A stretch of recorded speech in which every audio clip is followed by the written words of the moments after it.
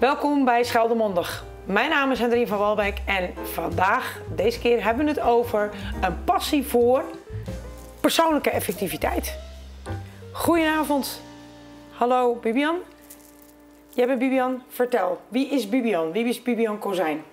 Goedenavond Hendrine. Nou, ik ben Bibian Kozijn. Ik woon in het mooie Axel. En ik ben al sinds 2005 trainercoach in persoonlijke effectiviteit. Kijk, dat is mooi. Dus ja, vraag maar raak, zou ik zeggen. Ik ga heel veel vragen aan je stellen. Maar ik heb vooral ook een foto van jou gezien.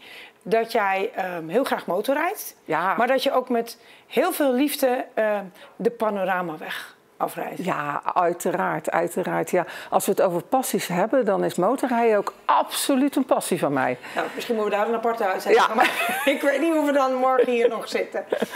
Nee, maar omdat de Panoramaweg een van de mooie, wat mij betreft, ja. En dus ook wat jou betreft, een van de mooie stukjes van West-Vlaanderen is. Nou ja, als ik het over persoonlijke effectiviteit heb, dan heb ik het ook vaak over dat je batterijtje vol raakt, dat je op tijd moet pauzeren, op tijd dingen moet doen om te ontspannen. Ja, en als ik dan zo'n hele dag achter mijn computer zit, dan kan ik als het mooi weer is wel eens even tegen de hond zeggen, zullen wij gewoon even lekker naar het strand rijden? Want die rijdt ook mee op de motor. Ja, kijk, dat is hartstikke leuk. Ja. Maar jij zegt net achter de computer zitten. Ik denk dat jij niet de enige bent. Ik doe dat ook, maar ik ga er ook vanuit dat er heel veel kijkers zijn die dat doen.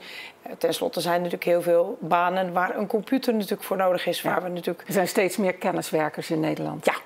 Ja, en dat brengt ook, problemen wil ik niet zeggen, maar dat brengt nieuwe uitdagingen met ons mee. Wat is persoonlijke effectiviteit nu eigenlijk? Persoonlijke effectiviteit wil zeggen dat je zo efficiënt mogelijk met je tijd, geld en middelen omgaat die je tot beschikking hebt. En ik ben altijd al van jongs af aan van het versimpelen geweest. Hoe kan je dingen simpeler doen? Ja. Hoe kunnen we dingen simpeler doen? Ik bedoel... Ja, daar heb ik zo mijn methodes voor. Nee, maar goed. Persoonlijke effectiviteit, tijd is een belangrijk goed waar je het over hebt. Ja. Persoonlijk ervaring, ik hoop dat dat ook voor andere mensen zo is dat mijn e-mailbox best wel heel veel tijd kost. Dat mijn agendabeheer best wel heel veel tijd kost. Maar dat ook soms wel eens een vergadering... Ja, misschien wel iets meer tijd kost dan ik zou willen. Ja, nou ja, dan heb je het precies over de punten waar mijn expertise ligt, inderdaad. Ja. Is dat ook waar de meeste mensen, de kenniswerkers zoals we het net genoemd hebben, de mensen die, niet denigrerend, maar op kantoor zitten, zeg maar, dat ook zo ervaren? Ja, het zijn niet meer alleen de kenniswerkers, hè, want ook de verpleegkundigen, ook de monteurs, ook de mensen die gewoon bij de mensen thuis loodgieten of wat dan ook. Ze moeten allemaal mail, allemaal de agenda beheren. Dat is niet meer weggelegd voor alleen de mensen op kantoor. Dus die tijd zijn we voorbij. Yep. Nou, en wat krijg je dan? Dan krijg je mensen die een programma krijgen. Hier heb je, meestal is het Outlook. En veel plezier ermee. Oh ja, en paniek. En hoe komt dat binnen? En dan kunnen ze wel een mailtje maken en ze kunnen vaak ook wel een mapje aanmaken. Maar er zitten zo verschrikkelijk veel handigheidjes in. Ja, en dat weten ze niet. En dat kan ontzettend veel tijd besparen. Maar ook hoe je kijkt naar mail. De meeste mensen die kijken, lezen even. Kijken, lezen, kijken, lezen, kijken, lezen. Oh ja, en dan belt er een collega of ze gaan wat anders doen. En vervolgens... Dat dus. Komen er weer nieuwe mails binnen. En dan gaan ze weer kijken, lezen. Het liefst nog met allerlei alarmpjes en piepjes en rinkeltjes. Of er komt helemaal de eerste regel over een scherm heen van... Hoi, er is een e-mail van. Ja. En afhankelijk dan van de hiërarchie ook vaak. Als het van de baas is, dan zijn mensen toch snel geneigd om even te kijken wat er is. Terwijl mail mag niet urgent zijn. Mail is middel om heel efficiënt onderling te kunnen communiceren. Vind ik wel een belangrijk inzicht wat jij net zegt, dat eigenlijk het een middel is om je werk te kunnen doen. Terwijl we er eigenlijk wel heel veel druk van ervaren op een maar dat manier. Komt ook omdat het tegenwoordig op de telefoons binnenkomt. Tingeling en je bent met je vriendin aan het lunchen en ondertussen zit ze voor de werk te mailen of een afspraak te maken met een andere vriendin. En dat is echt totaal niet efficiënt. Want ik weet het, Hendrine, wij zijn allebei vrouwen en wij zeggen graag dat we multitasken kunnen. Dat kan ik helemaal niet. Maar dat kunnen we helemaal niet. Nee. Wat wij doen is switchtasken. We zijn constant aan het schakelen en daar word je doodmoe van. Ja. Iedere keer dat je schakelt tussen het ene wat je aan het doen bent en het andere wat aandacht vraagt of wat je aandacht geeft, moet jouw brein schakelen. En dat kost energie, maar het kost zelfs punten van IQ. Elke verstoring zakt je IQ een paar punten. Dus het kan zomaar zijn dat je om 12 uur 's middags op het IQ van een 10-jarige zit. Gelukkig is dat weer, gaat dat weer omhoog als je tot rust komt. Als je even gaat wandelen in de pauze of als je even een koffiekletspraatje met een collega hebt, dan stijgt dat IQ gelukkig weer. Maar dat is wel wat er gebeurt. Ik word er wel heel enthousiast van als jij er nu zo over praat. Het geeft mij ook wel heel veel inzichten hoor, al meteen. Maar hoe kom jij er eigenlijk bij om mensen dingen te leren, noem ik het zo even, over persoonlijke effectiviteit? Want het is te leren. Ja, het is gewoon te leren. Het is gewoon te leren. Nou, ik ben jaren zelf heb ik in administratieve functies gewerkt. Nou, dat was nog een tijd van de telex en papier en ja, weet je nog, heel vroeger. Nou, wat er dan gebeurde was, ik kwam ergens op een job. Ik keek zo eens even hoe de hazen liepen en wat de papierstromen waren en wat de werkprocessen waren. En dan begon ik langzaam te structureren. Want ja, alles wat je kan structureren, daar heb je je brein niet meer voor nodig. Alles wat je in een systeem kan plannen, kan doen, ja, daar heb je je breinkracht niet voor nodig. Dus dat scheelt weer breinenergie. Als we het nu hebben over mijn e-mail. Hè? Ik heb natuurlijk ook een e-mailbox en gelukkig heb ik er meer dan één. Dus dan kan ik mijn oefening daar goed. Hoe kan ik dat op een manier, kan ik dat zo leren dat ik daar eigenlijk minder last van heb, maar dat het me niet meer zo stoort. Dat het niet mijn dag overneemt. Ja. Want dat is het gevoel wat ik vaak heb. Ja, je hebt twee dingen. Nou, jij bent je er bewust van dat het je dag overneemt. Maar wat veel erger is dat er mensen zijn die zich er niet eens van bewust zijn. Die gewoon al geaccepteerd hebben dat die inbox met duizenden mails is gevuld. Mijn topdeelnemer had er 40.000 in zijn inbox. En ik kan je vertellen dat dat niet meer werkt. Dat werkt gewoon niet meer. Nee, maar ik vind 100 wel niveau, maar onderbewust niveau. Iedere keer als die man zijn mailbox opendeed, zakte de lood in zijn schoenen. Ja. De moed zakte in zijn schoenen zo van, ja, waar moet ik beginnen? Ja. Wat je ook krijgt is dat je gaat zitten scrollen, ben ik niks vergeten. Dus er komt ook een beetje een paniek. Er komt ook een beetje een rush van heb ik nou alles wel gezien? Heb ik alles wel beantwoord? Dus je gaat heen en weer scrollen. En zo kan het wel gebeuren dat je wel 20 keer hetzelfde mailtje vastpakt. En iedere keer dat je het vastpakt, lees je het, bepaal je wat je ermee moet doen en laat je het weer los. Dus dat is allemaal verloren tijd. Ja. Nee, het zegt mij heel veel. Herkenbaar verhaal. Ja, ik leerde mensen dus een methodiek aan waardoor ze rust en overzicht hebben. Waardoor ze gewoon vanuit een lege inbox werken. En het leuke is, die methodiek werkt zo goed dat ik laatst op een verjaardag kwam bij een kennisje. En er sprong een man overeind en die zegt: "Hey Bibian, wat leuk dat ik jou hier zie. En mijn mailbox is leeg hoor." En ik had geen idee wie die man was. Maar ja, je traint zo'n 250 mensen per jaar. Dus die kun je niet allemaal onthouden. Nee. Sorry, dat is echt nooit de bedoeling. Maar die man die had 10 jaar geleden van mij... 10 jaar geleden? Ja. En die paste dus nog steeds dat stramien toe om het voor hem... En hij zei, al mijn collega's zijn jaloers. Want ze zagen wel hoe hij het ingericht had, maar ze snapten de filosofie erachter niet. Want dat is wat je met training doet, dat je mensen meeneemt in het hoe en waarom zou je het doen. Want waarom zou je iets veranderen? Als je iets verandert, dat kost altijd tijd en moeite. Ja, dat klopt. Dus waarom zou je het doen? Ik moet jou eerst meenemen waarom je zou doen. Je moet eerst goed voelen dat je er last van hebt. Dat ik er echt last van heb en dat ik dan ook eigenlijk zeg van... ja, weet je, dit is genoeg zo, dit mag nu wel anders. Ja. En dan heb je het over de volle mailbox, maar dat is met die agenda net zo. Als je elke dag je taken door moet schuiven, dan stoppen mensen met plannen, want het werkt toch niet. Ja, ook daar... Maar goed, de methodiek waardoor het wel gaat werken. Waardoor ze aan het eind van de dag gewoon zeggen... tjak, tjak, tjak, allemaal gedaan. Ik ga met voldoening en met een leeg hoofd... want dat is ook heel belangrijk, ga ik weer naar huis. Ja. Maar goed, nu zit ik op kantoor en mijn collega's zitten om mij heen. En ik ben ondertussen, heb ik even gepland dat ik nu wat tijd aan mijn mail besteed. Hè? Dus dat ik daar een orde in de ingekomen stukken breng, zeg maar. Maar dan komt er een collega langs en die wil wat van mij weten. Dus die stoort mij in dat stukje van mijn werk natuurlijk op dat moment. Ja. Dat is ook niet altijd fijn, want dan moet ik inderdaad ook wel eens denken... oh ja, ik moet nu schakelen van mijn PC naar wat mijn collega vraagt. En dan moet ik weer terugschakelen, waar was ik nu mee bezig? Ja, en die kantoortuinen maken het er niet makkelijker op.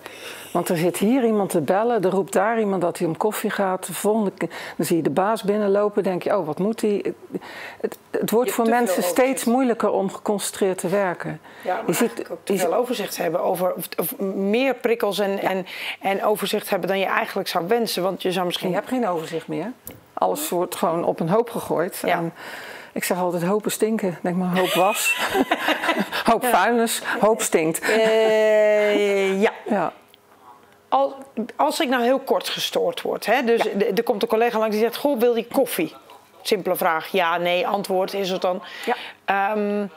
Dan is het maar een kort... Scheelt dat nog of iemand anders iets anders vraagt? Die zegt, goh, heb jij dit en dit voor mij gedaan? Dat scheelt zeker. Ja, dat is een hele goede vraag, Hendrine. Want inderdaad, het scheelt zeker. Op het moment dat je een korte verstoring hebt... zal je weer sneller op jezelfde concentratieniveau kunnen zitten. Als je een langere verstoring hebt en je zit met een ingewikkeld, gefocust stuk bezig, dan duurt dat ook langer. En dan heb ik het echt over tussen de 1 minuut en de 20 minuten. Ja. Wat het duurt voordat je weer helemaal vol geconcentreerd bezig bent, maar waar je mee bezig was. En bij die 20 minuten dan zit je echt wel in een heel ingewikkeld rekenkundig stuk of in een beleidstuk wat wettelijk goed moet zijn of dat soort dingen. Hè? Ja, of een aanbesteding die inderdaad in orde moet zijn. Offerte, een simpel mailtje beantwoorden. Je wordt gestoord en het duurt 2 minuten voordat je weer op je concentratieniveau bezig bent. Hoe vaak word jij gestoord per dag? Veel, maar ik denk veel meer dan ik eigenlijk in de gaten heb. Ja, want het wordt een gewoonte. Ja. En het hoort erbij. Ja. En mensen laten zich ook vaak storen. Omdat ze zeggen, ja, maar als ik wat wil weten van die collega, dan mag ik hem ook storen. En zo zijn we dus allemaal heel aardig voor elkaar. Maar het werkt niet echt efficiënt. Nee, maar uiteindelijk wil je natuurlijk een bepaalde focus hebben om de taak die je hebt binnen het bedrijf waar je werkt en de functie die je hebt. Of dat nu offertes maken is, of stukken schrijven is, of facturen maken, of maakt niet uit. Je hebt een bepaalde taak en die moet je met een bepaalde focus, zeker concentratie, moet je die doen. Maar elke keer als je natuurlijk gestoord wordt, ben ik die concentratie weer kwijt en moet ik mezelf natuurlijk weer herpakken en weer terug in in die focus proberen te komen van, oh jee, waar was ik mee bezig? Want er schieten bij mij nu, jij dit vertelt, tig voorbeelden naar binnen van situaties waarvan ik zeg, oh ja, dat was toen ook zo, dat was toen ook zo en dat was toen ook zo. Ja. En dat hoeft nog geen jaren geleden te zijn. Dat is gisteren en vandaag dat je dat al hebt. Ja, dat klopt. De telefoon gaat en voordat je het weet ben je bezig. Maar het gaat er ook over, en dat is in de hele maatschappij, dat we eens wat prikkels uitzetten. Dat gewoon die telefoon eens op niet storen staat als je gefocust gaat werken. Dat die pop-ups hebben tegenwoordig, die chatfuncties aanstaan in die grote kantoren. Ja, ze zijn constant bereikbaar. Ja, en dat moet weer minderen. Maar dat is altijd een golfbeweging. Hè. Er wordt iets uitgevonden en dan wordt het overmatig misbruikt. En dan ga je naar een balans van hoe kunnen we dit nou goed gebruiken. En dat is over e-mail ook. Afspraken maken over e-mail. Hoe gaan we ermee om binnen onze organisatie? En wat bedoel je dan met afspraken maken over de e-mail? Nou, een soort etiketten. Net zo goed als dat ik mijn vork aan de linkerkant leg en de mes aan de rechterkant, zeg maar. Als wij een e-mailtje versturen we het dan naar het hele team. Zodat we een soort spam veroorzaker worden. Ja. Of als we iemand beantwoorden we dan 1 persoon. Of zeggen we allen beantwoorden, waardoor we weer zo'n spam van mails... Hele trein van... Ja, je weet precies waar ik het over heb. De voorbeelden schieten bij mij door mijn hoofd heen, waarvan ik heel herkenbaar. Ja. Heel herkenbaar. Ja. Jij zei net, iemand heeft 40.000 mailtjes in de inbox als max, zeg maar. Het was wel leuk, want die meneer die wilde mij bewijzen dat heel goed werkte voor hem. Hij zegt, ja, maar ik gebruik de zoekfunctie. Dus ik zeg, nou, laat maar eens zien, hè. Dus ik zat naast hem aan het bureau te coachen.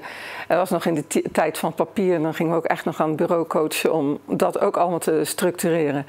En hij typt iets in de zoekfunctie. En nou, de rest van de tijd van ons gesprek heeft dat zandlopertje staan draaien. Zo zoekend in die 40.000 mailtjes.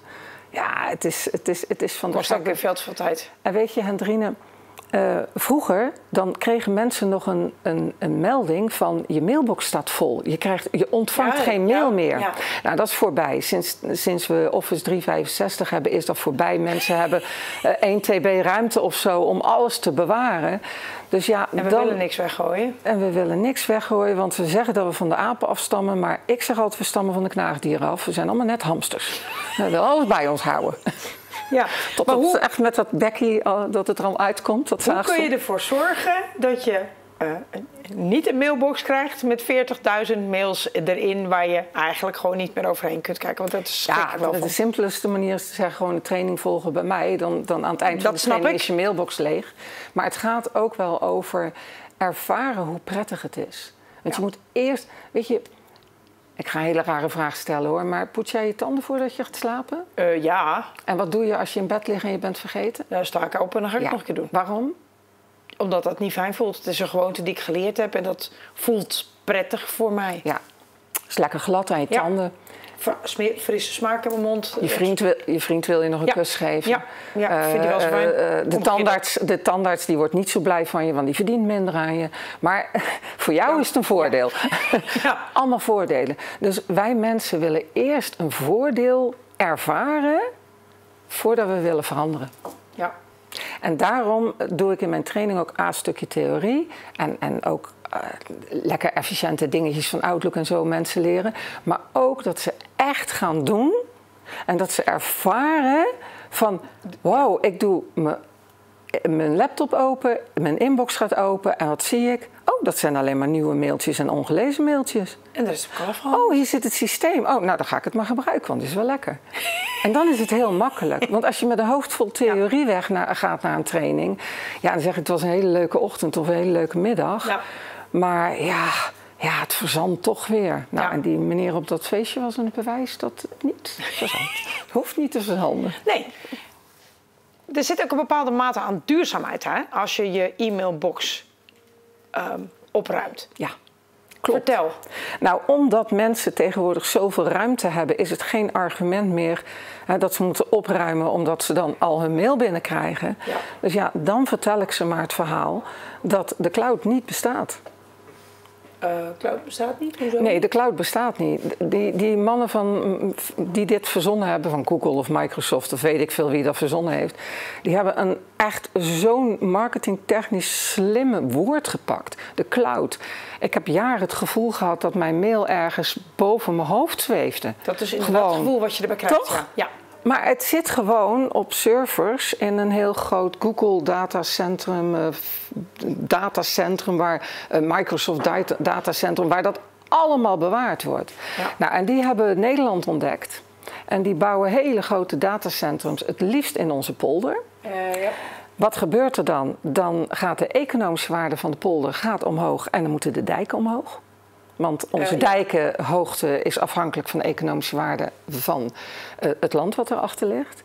Maar ook die centers die nemen ontzettend veel energie in gebruik. En al onze energiemaatschappijen, centrales, die komen al tekort. Die kunnen het netwerk al niet meer bedienen. Ja. Dat netwerk staat al op barsten. Als je kijkt naar zo'n kaartje waar het allemaal rood kleurt, waar er gewoon geen huizen gebouwd meer kunnen worden, geen scholen meer gebouwd kunnen worden. Ja, dan denk ik van het is zo makkelijk om je glas naar de glasbak te brengen, om je kranten in de oude papierbak te doen. Laten we nou ook gewoon die mail die we niet meer gebruiken weggooien. Die 1 terabyte die we eigenlijk helemaal niet nodig hebben en mailtjes die we van misschien 2015 nog achter ons aanslepen, misschien nog langer. Dat mag best wel eens opgeruimd Toen worden. ik net coach was, kwam ik bij een ambtenaar en die had in zijn bureau had hij een boekje zitten. Hoe word ik een goed ambtenaar? uit 1900 zoveel of zo. Nou, dat mocht in het museum. Maar dit doen wij met mailtjes ook. We bewaren het. We kijken er nooit meer naar. We zoeken niet meer terug. Als iemand ooit tegen jou zegt van, joh, ik stuurde jou dat mailtje, dan zeg je, oh, stuur het nog even door. Want hij of zij heeft het over dat mailtje, dus die heeft het dan waarschijnlijk onder handen. Ja. Dus je hoeft niet zoveel te bewaren. Nee, maar je hebt wel een punt, want als je een beetje gestructureerd bent, ik zeg niet dat ik mega gestructureerd ben, ik denk dat ik nog wel wat kan leren. Structuur is mijn overlevingsmechanisme. Nou, ja. Je sleept het naar een bepaalde map, je laat het daar staan en vervolgens kijk je er in 99,9% van de gevallen bijna nooit meer naar. Dus eigenlijk kun je ook wel zeggen, joh, alles wat in die mappenstructuur wat ik daar opgebouwd heb, alles wat ouder is dan, weet ik het, tenzij je inderdaad over administratiepapieren hebt. Ja, die horen niet in je mailbox. Contracten, zakelijke afspraken, belangrijke dingen horen op de verkenner. Die horen niet in je mailbox. Dus alles kan daarvan af. Ja. En daarmee bespaar ik natuurlijk ook weer MB's en TB's natuurlijk. En waardoor er minder ruimte voor mij op zo'n server nodig is. Ja. En waardoor dus ook... Dus dat vind ik wel een hele interessant inzicht waar we eigenlijk niet bij stilstaan. Ja, dat klopt. Dat is precies wat het is. Mensen staan er niet bij stil. Nee, dat is ook logisch. En natuurlijk, ik ben ook niet zo'n enorme, fantastische weg. Ik ben wat dat betreft ook wel meer hamster dan goed voor je is eigenlijk. Alleen, ja, het is wel helder dat een hele mooie manier is om ook nog een stukje besparing te doen. Het leuke wat je net zei, van dat het eigenlijk als het ouder is dan een jaar of zo mag het eigenlijk weg. Dat kan je tegenwoordig gewoon instellen. Kun je gewoon op mapniveau instellen. Kan je gewoon automatiseren? Ja, kan je gewoon automatiseren. Dus hoef je helemaal geen tijd voor in te stoppen. Vind ik een heel mooi inzicht. Nu heb jij geeft trainingen. Ja. Natuurlijk zijn we nu steeds meer online natuurlijk gefocust op dingen. Dus jij bent ook een online training daarvoor gaan maken. Ja.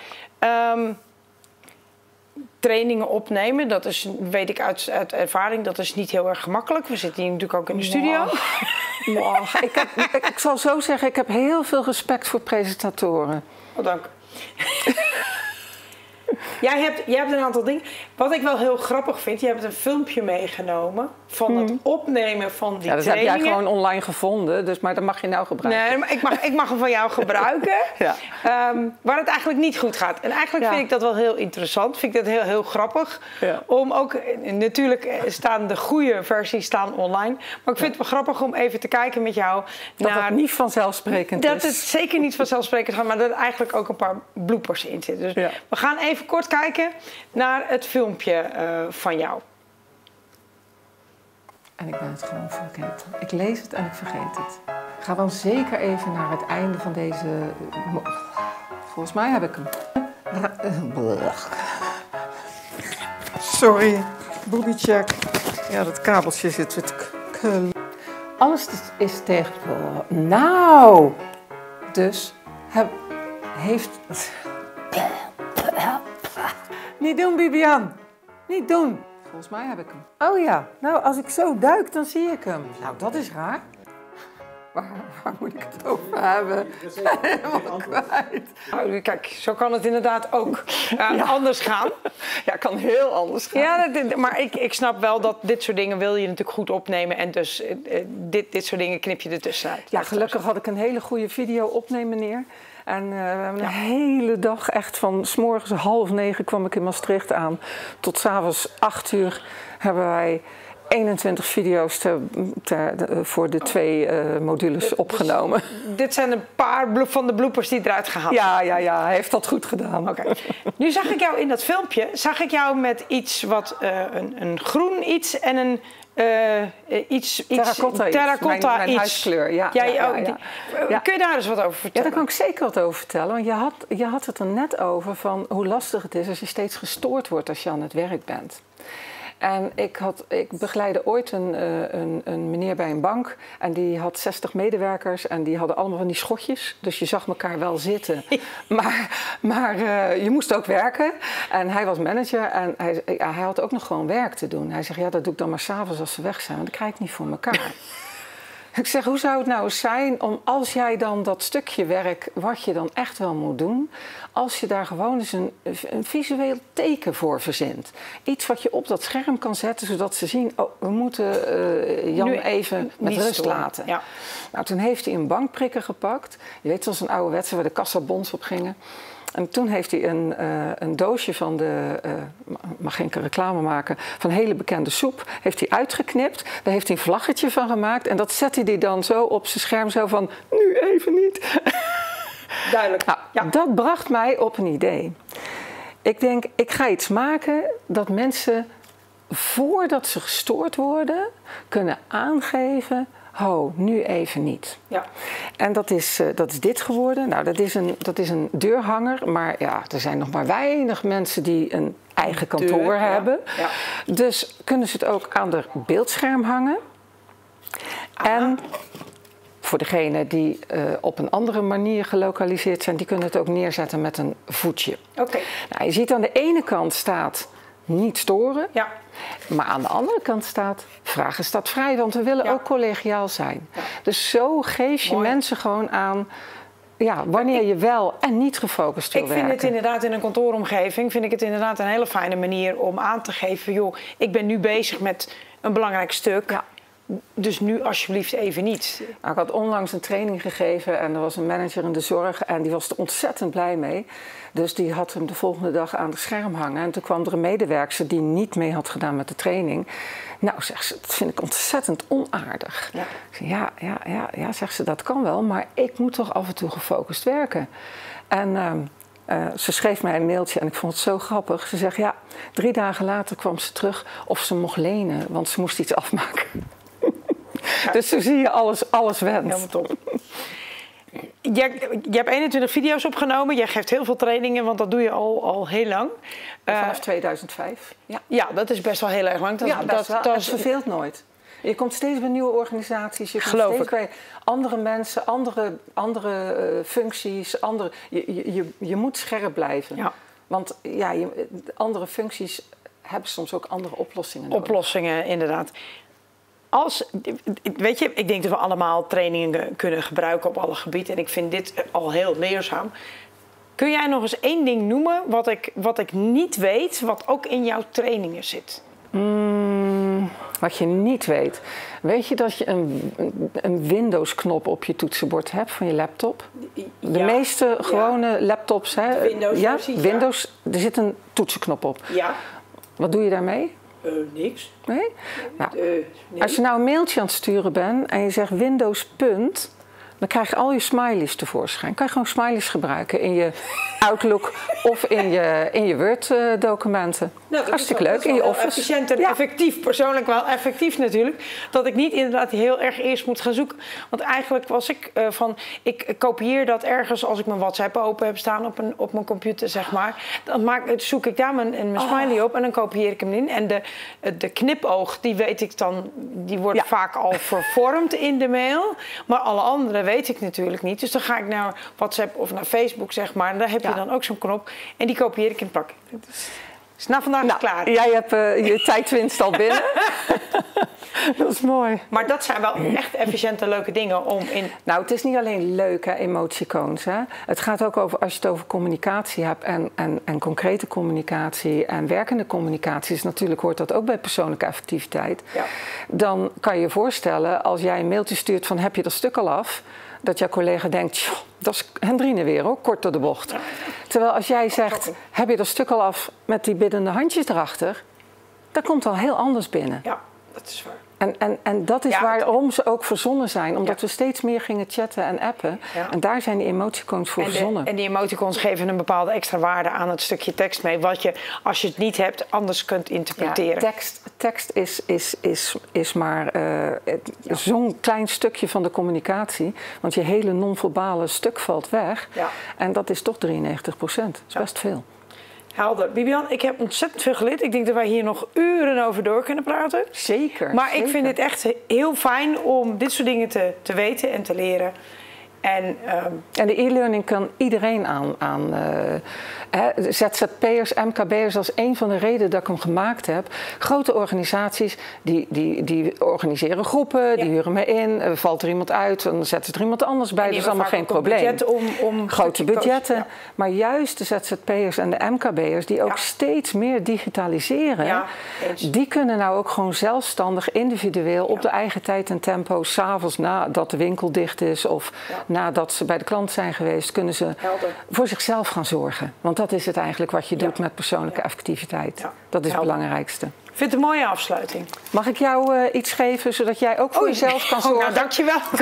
Collega's een beetje op afstand houden als het nodig is. Ik wil nu niet, want ik ben beschikbaar nu voor vragen. Ja. Bibian, hartelijk bedankt dat je hier aanwezig bent geweest. Bedankt voor de uitnodiging. Ja, bedankt voor je uitleg. Ik heb er in ieder geval heel veel van opgestoken. Ik hoop jullie als kijkers ook. Dank jullie wel voor het kijken en graag tot een andere keer.